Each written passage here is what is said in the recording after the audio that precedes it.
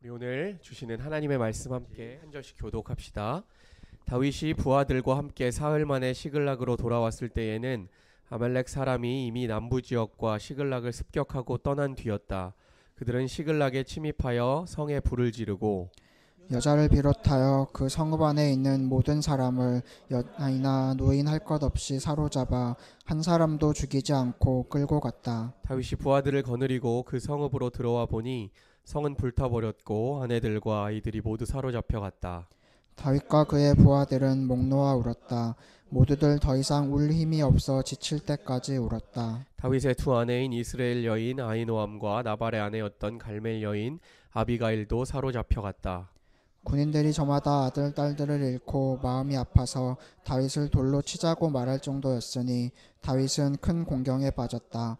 그러나 다윗은 자기가 믿는 주 하나님을 더욱 굳게 의지하였다. 다윗이 아히멜렉의 아들 제사장 아비아달에게 말하였다. 어서 나에게 에봇을 가져다 주시오. 아비아달이 에봇을 다윗에게 가져오니 다윗이 주님께 문의하였다. 제가 이 강도들을 추격하면 따라잡을 수 있겠습니까? 주님께서 그에게 대답하셨다. 내가 틀림없이 따라잡고 또 틀림없이 되찾을 것이니 추격하여라. 9절도 읽어주십시오. 다윗은 데리고 있는 부하 600명을 거느리고 출동하였다. 그들이 부솔 시내에 이르렀을 때에 나고자들이 생겨서 그 자리에 머물렀다. 21절로 갑니다. 다윗이 부솔 개울 가까이에 이르니 전에 다윗을 따라갈 수 없을 만큼 지쳐서 그곳에 남아있던 나고자 200명이 나와서 다윗을 환영하고 다윗과 함께 오는 군인들도 환영하였다. 다윗도 그 군인들에게 가까이 나아가 따뜻하게 문안하였다. 그러나 다윗과 함께 출전하였던 군인들 가운데서 약하고 야비한 사람들은 거기에 남아있던 이들이 못마땅하여 자기들과 함께 출전하지 않았던 군인들에게는 되찾은 물건을 하나도 돌려주지 말고 다만 각자의 아내와 자식들만 데리고 가게 하자고 우겼다. 그러나 다윗은 그들을 달랬다. 동지들, 주님께서 우리를 지켜주시고 우리에게 쳐들어온 습격자들을 우리의 손에 넘겨주셨소. 주님께서 우리에게 선물로 주신 것을 가지고 우리가 그렇게 처리해서는 안 돼요. 또 동지들이 제안한 이 말을 들은 사람은 아무도 없소. 전쟁에 나갔던 사람의 몫이나 남아서 물건을 지킨 사람의 몫이나 똑같아야 하오. 모두 똑같은 몫으로 나누어야 하오. 25절 같이 읽읍시다. 다윗이 이때에 이스라엘에서 정한 것이 율례와 규례가 되어 그때부터 오늘날까지 지켜지고 있다. 아멘. 우리가 오늘 사무엘상 30장 말씀을 함께 볼 텐데요. 그러면 지난 5개월 동안 함께 나눴던 사무엘상이 끝날 것 같습니다. 기억나시는지 모르겠습니다. 한나의 기도로 사무엘이 생겼던 것이 사무엘의 첫 부분이었는데 이제 다윗의 나라가 가까이 왔습니다. 사울이 지나가고 다윗의 나라가 가까운 상황으로 사무엘상이 맞춰진다라는 것입니다. 다음 주부터는 11월 한 달 동안은 우리 안에 오신 성령님, 우리 마음 가운데 찾아오신 성령님에 대해서 한 4강 정도 함께 나누고 당회를 거치고 이제 새로운 책으로 하나님의 말씀을 함께 나누면 좋겠습니다. 우리 지난주 말고 지지난주 말씀으로 좀 돌아가 볼 수 있었으면 좋겠습니다. 어떤 말씀을 나누냐 하면 다윗이 자기를 죽이려고 쳐들어온 사울 군대를 대할 때 이 2번이나 사울을 죽일 기회가 있었지만 사울을 죽이지 않고 사울의 목숨을 살려줬던 이야기들을 우리가 나눴습니다. 그리고 믿음으로 돌려보냈지만 이 다윗 안에 두려움이 생겼던 것 같아요. 아, 내가 이제 이스라엘 땅에 남아있다면 곧 죽겠구나. 왜냐하면 사울이 아무리 용서하고 사랑을 베풀어도 또 찾아오는 걸 경험했잖아요. 그러니까 이스라엘 땅 안에 남아있다가는 결국에 왕의 군대를 이길 수 없겠구나 라고 생각하고 다윗이 말 그대로 망명을 결정했어요. 다른 나라로 도망가기로 결정했다라는 것입니다. 근데 그 망명을 결정한 국가가 참 재밌어요. 망명을 결정한 국가가 어디였냐 하면 블레셋이라는 이스라엘의 최고의 대적인 나라로 망명을 결정했다라는 거예요. 굉장히 아이러니한 상황입니다. 블레셋은 다윗을 어떻게 알고 있죠? 나라의 원수죠. 그 나라의 최고의 장군이었던 골리앗을 물리치고 승전, 자기를 패전국을 만들었던 나라의 원수가 우리의 나라에 말 그대로 망명을 온 것입니다. 그러면 우리 생각 같아서는 왜 블레셋 왕 아기스가 다윗을 바로 죽이지 않았냐 라고 생각할 수 있지만 전쟁사라는 것이 그렇지가 않아요. 여러분, 적군의 뛰어난 장수가 망명을 결정하면 그 장수를 받아주는 것이 전쟁사에 있어서 있을 수 있는 일이에요. 여러분 다 삼국지 읽어보셨나요?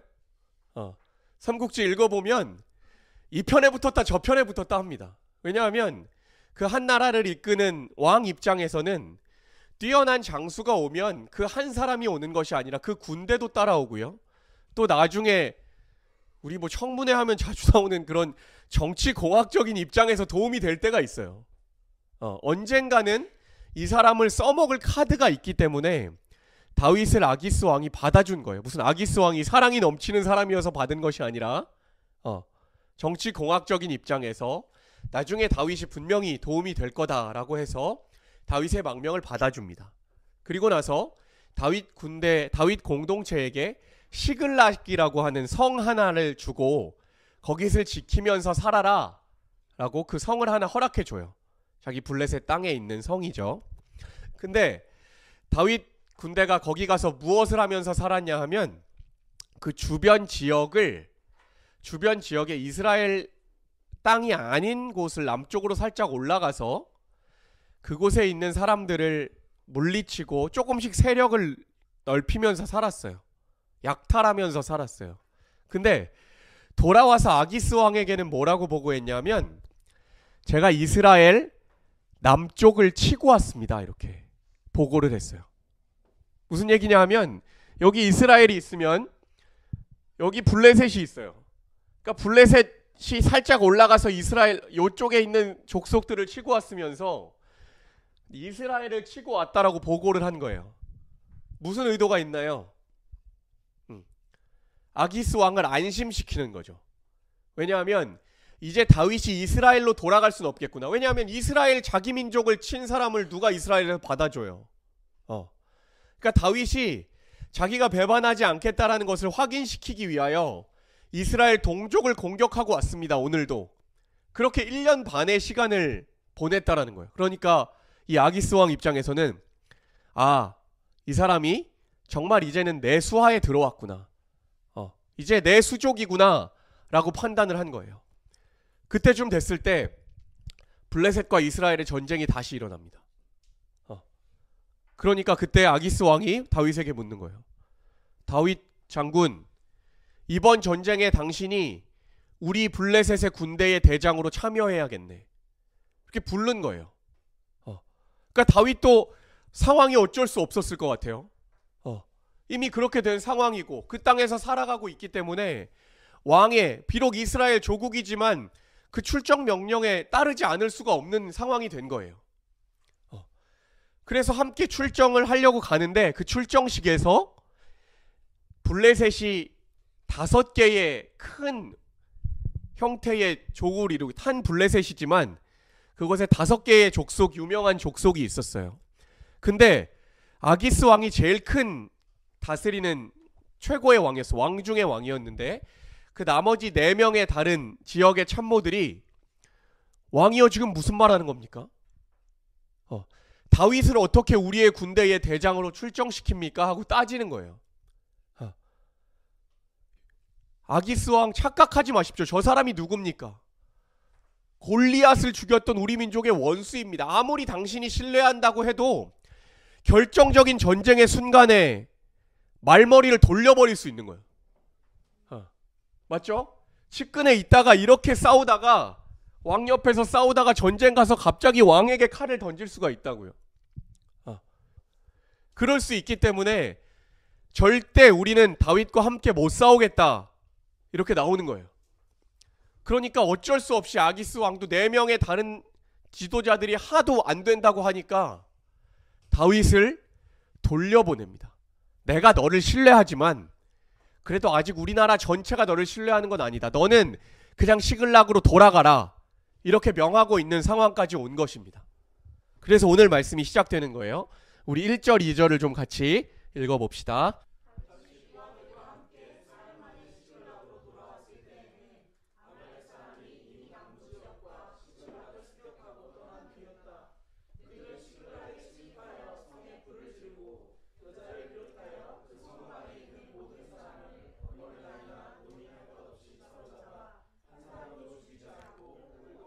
네, 지금 무슨 상황이 펼쳐져 있는 거냐면 전체 블레셋 군대에 전쟁에 갔다가 어쩔 수 없이 돌아가라고 해서 돌아와 보니까 시글락이 털린 거예요.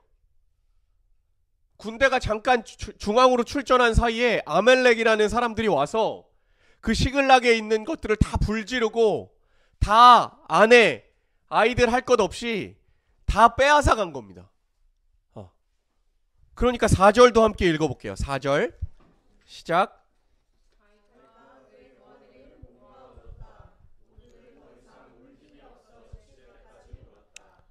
네, 여러분 돌아와 보니까 자기 새끼들 아내들 다 잡아간 거예요. 성은 다 불타서 없어져 버렸어요. 다윗 군대에 돌아갔던 사람들이 어떨까요? 표현이 이런 표현은 성경에 거의 없어요. 울다가 더 이상 울 힘이 없을 때까지 울었다는 거예요. 여러분 지금 다윗 군대의 심정으로 여러분 서보세요. 지금까지 우리 계속해서 사무엘상을 봐오면서 어떻게 하나님이 이렇게까지 하시나요? 지금 완전히 자기 목숨만 살아있지 가족들 다 전쟁 포로로 끌려갔어요. 하나님의 군대가 어떻게 이렇게까지 됩니까? 마치 우리의 삶과 같아요. 우리도 예수 믿는데 하나님 어떻게 우리 가정을 여기까지 극단으로 모십니까? 하나님 내가 속한 집단을, 교회를, 회사를 어떻게 이렇게 힘들게 하나님 인도하십니까? 라고 따질 수 있는 거예요. 여러분 혹시 이래 본 적 없어요? 더 이상 울 힘이 없어서 울기도 어려운 그런 어려움까지도 우리가 갈 수 있다라는 거예요. 여러분 그렇게 되니까 지금까지 그래도 다윗 왕을 따랐던 사람들이 이제는 다윗 따라가서는 안 되겠다라고 느끼는 거예요. 너무 나쁜 일들만 계속해서 어려움과 시련과 아픔들만 일어나니까 이제는 더 이상 다윗을 따라서는 안 되겠다라고 하고 다윗을 죽이려고까지 합니다. 여러분 다윗이 얼마나 힘들까요? 여러분 리더는요, 우리 항상 뭐 문제 있으면 리더 욕하잖아요. 그러면 어떤 사람들은 왜 리더 욕하냐, 그게 리더의 잘못이냐 라고 하지만 리더는 그 책임 떠안으라고 있는 거예요. 리더가 잘못했다는 게 아니라 리더라는 위치는 어려움을 겪었을 때 원망을 듣고 불평을 들으라고 그 책임을 감당하기 위해 리더가 되는 거예요. 여러분도 리더가 되시겠죠? 여러분도 가정의 리더가 될 것이고 직장이나 교회의 리더가 될 수 있어요. 근데 리더는 뭐냐면 왜 나만 갖고 그래? 그러면 안 되는 거예요. 리더는 모든 책임을 맡는 게 리더인 거예요. 그러니까 다윗이 진짜 리더인 거예요. 그럴 때 이 사람들한테, 쿠데타를 일으키려는 사람들한테 그들을 원망하는 것이 아니라 하나님께로 나아갑니다. 하나님, 당신이 나를 리더로 세워주셨다면 내가 이제는 당신하고밖에 얘기할 것이 없습니다. 그러니까 하나님께서 다윗이 울부짖으면서 하나님께 나가니까 하나님이 지혜를 주세요. 따라가라. 아멜렉이 치고 다 포로로 끌고 갔잖아요. 따라가라 라고 하나님이 정확하게 지시해 주세요. 그러니까 다윗이 하나님께서 힘을 주셔서 다시 한번 군대를 정비해서 얼른 따라갑니다. 8절 말씀 좀 같이 읽어봅시다. 8절 시작.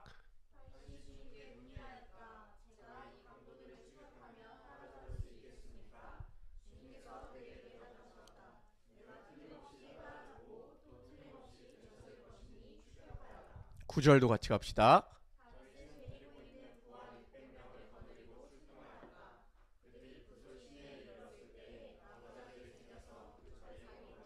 네, 여러분 보세요.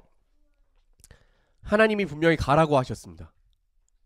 하나님이 부솔신에 따라가라 라고 얘기하셨어요. 그래서 따라갑니다. 그러면 우리 생각 가운데 이 진짜 큰 어려움을 닿게 했을 때 하나님께 물었어요. 근데 하나님이 가라고 했어요. 그러면 그 가는 길은 정말 순탄해야 되잖아. 가는 길은 정말 탄탄대로가 열려서 전속력으로 말들이 지치지도 않고 따라갈 수 있는 힘이 막 초월적으로 막 공급되고, 막 군사들도 하루 이틀 따라가도 밥도 휴식 시간도 없이 가도 지치지도 않고 막 그런 것들이 나오기를 바라잖아, 우리는 성경에서. 근데 성경은 그런 기록이 아니라는 거야. 하나님의 명령을 듣고 따라갔는데 어떤 일이 벌어져요? 부솔 시내가라는 곳에서 600명 중에 200명이 나고 이제 못 가겠다는 거야. 많이 지쳐있는 상황이죠. 전쟁에 출전했다 돌아왔다가 다시 가는 거니까. 그러니까 병사들이 얼마나 지켜있겠어. 그러니까 다시 한번 의기투합해서 나왔지만 너무나 힘들어서 이제는 더 이상 못 가겠다라고 낙오자들이 생긴 것입니다. 여러분, 이게 하나님의 군대예요. 우리의 현실 속에 있는 교회입니다. 우리도 힘있게 의기투합해서 나가려고 하지만, 하나님의 분명한 뜻과 계획을 가지고 가지만, 하나님이 그렇게 가라고 하셨다라고 모두가 다 힘있게 다 갈 수 있는 거 아니라는 거예요. 부솔 시내가에서 200명이 못 가겠다라고 하고 낙오합니다. 여러분, 전쟁에서요, 전시에는 지휘관의 명령을 어기면 바로 사형입니다. 그게 군법이에요. 평상시 법하고 다르고, 전쟁 시에는 지휘관이 출동하라 라고 했는데 머물러 있으면 군법에 의해서 죽여도 상관이 없어요. 지금 이 200명의 낙오자들은 사실 죽어야 마땅한 사람들이에요. 근데 다윗이 그들을 죽이지 않고 400명만 잘 정비해서 갑니다. 근데 가는 중에 얼마나 사기가 떨어졌겠어요, 군대에. 200명은 쉬는데 나는 목숨 걸고 싸워야 되니까 사기가 엄청 떨어졌는데, 하나님이 정말 기이한 방법을 그때부터 발휘하시는데, 한 명의 어떤 아말렉 군대의 종이었던 소년 하나를 중간에 가는 길에, 그 사람도 낙오했겠죠. 근데 죽지 않고 다행히 살아있는 사람을 만나고 그 소년을 먹여서 일으킵니다. 죽어가는 사람들을 일으켜줘요.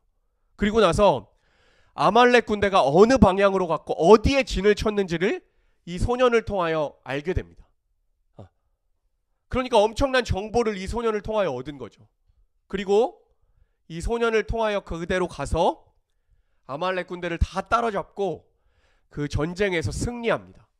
그리고 빼앗겼던 가축들과 재산들을 다 다시 가져올 수 있고요. 무엇보다도 한 명도 다치지 않고 가족들을 다 데리고 올 수 있는 완전한 승리를 다윗 군대가 취하게 됩니다. 여러분, 근데 더 중요한 것은 이제 모든 것들을 다시 다 빼앗아서 자기들 뺏긴 것뿐만이 아니라 그들 것까지 뺏어왔으니까 전리품이 많잖아요. 전쟁에서 승리하면 빼앗아 갖고 돌아오는 것이죠. 그 전리품 문제가 발생하기 시작합니다. 다 완전히 승리의 환호를 지르면서 다시 시글락으로 돌아가기 위해서 돌아오는데, 돌아오는 길에 누구를 만나게 되죠? 200명의 낙오자들을 만나게 됩니다.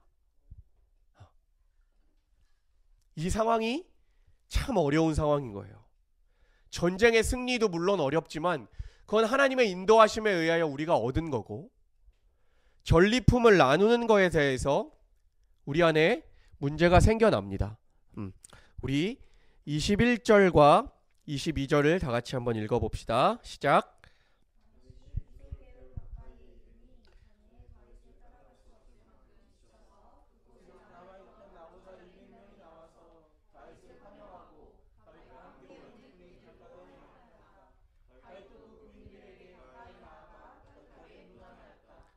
그러나 다윗과 함께 출전하였던 군인 가운데서 악하고 야비한 사람들은 거기에 남아있던 이들이 못마땅히 자기들과 함께 출전하지 않았다.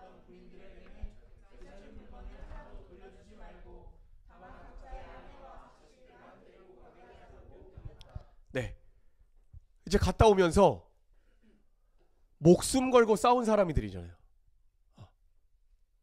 그리고 이 사람들은 가는 도중에 포기하고 시내가, 부솔 시내가에서 시냇물 떠먹으면서 아이스 아메리카노 한 잔씩 하고 있었던 사람들이고요.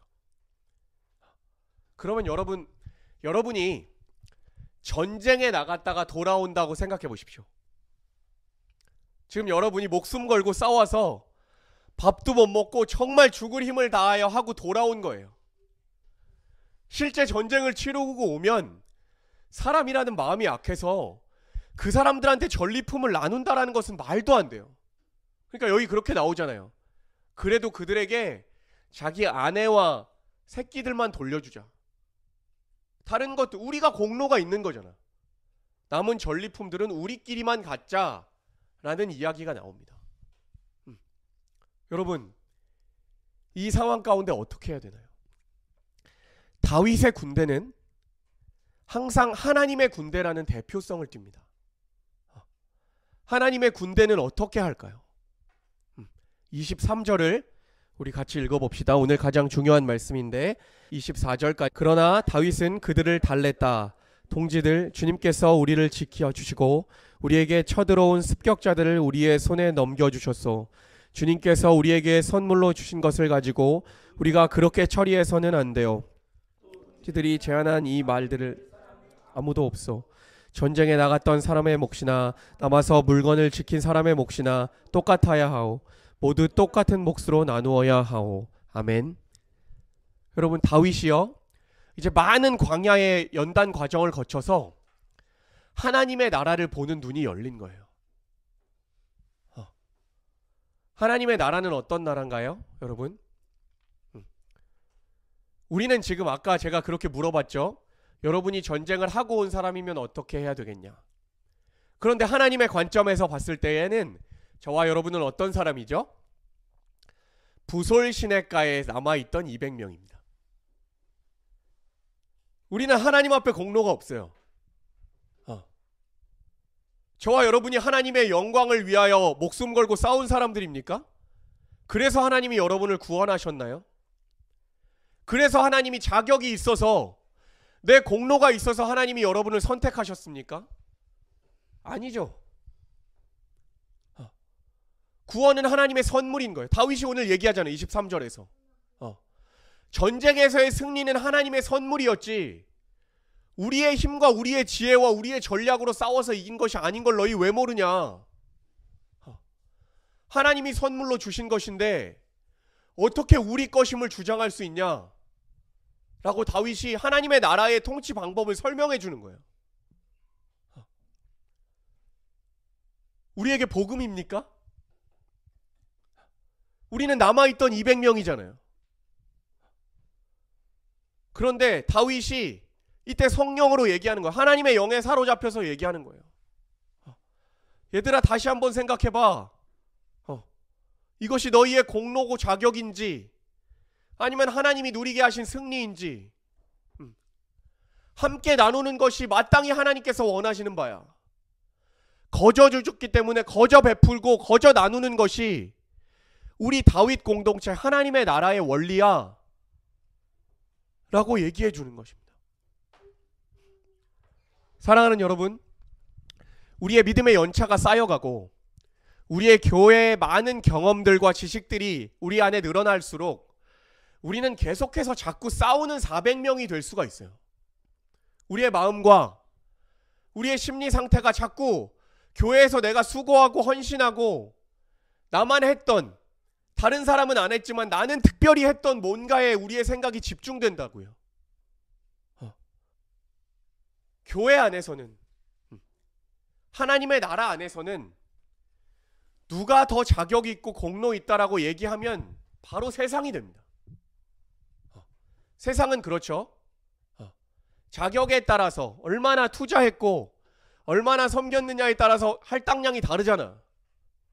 그것이 세상의 법칙이잖아요. 그게 나쁜 것은 아니지만 교회 안에서는 그러면 안 된다고요. 여러분, 우리가 작은 공동체고 앞으로 함께 신앙생활을 해 나가면서 우리 안에도 분명히 이런 어려움들이 있을 수 있어요. 부솔 시냇가라는 것이 여러분, 부솔이라는 뜻이 즐거움, 찬양 이런 뜻이에요. 근데 부솔 시냇가가 처음에 어떤 자리였습니까? 분열의 자리였어요. 사기가 완전히 꺾이고 서로 전쟁에 나가지 않는 200명은 죽여야 된다라는 죽음의 자리였어요. 그런데 승리하고 돌아온 하나님의 군대는 부솔 시냇가를 어떻게 바꿔냅니까? 400명과 200명이 함께 어울려서 하나님을 찬양하는 기쁨이 있는 거예요. 함께 마땅히 나눠야 할 나눔의 기쁨이 넘쳐나는 거예요. 그 안에 복음이 숨어 있는 거예요. 그래서 부솔 시냇가예요. 즐거움과 찬양이 있는 거예요. 200명의 사람들은 자격 없지만 하나님께서 나를 불러주셨다라는 찬양이 있고요. 400명의 사람들은 하나님이 주신 승리를 마음껏 나누는 기쁨의 찬양이 있는 거예요. 교회는 그런 곳이에요. 여러분, 우리가 때로는 200명일 때 있고요. 때로는 400명일 때 있을 거예요. 우리가 교회에 무슨 일을 할 때 어떤 일에는 내가 400으로 참여할 때도 있지만 200일 때도 있고요. 다 그렇잖아요. 근데 그때 교회의 원리는 모두가 함께 기뻐할 수 있어요. 우리 교회는 부솔 시냇가에 있는 거예요. 항상 어려움도 있어요. 갈등도 있어요. 생각이 다를 수도 있고요. 자격과 실력도 다 달라요. 때로는 체력이 약한 사람 있잖아요. 더 이상 전투에 참여할 수 없을 만큼 방전되어 있는 사람들 있잖아요. 삶의 영역에서 너무 무너져 있기 때문에 때로는 좋은 목적이지만 함께 갈 수 없는 사람도 있는 거예요.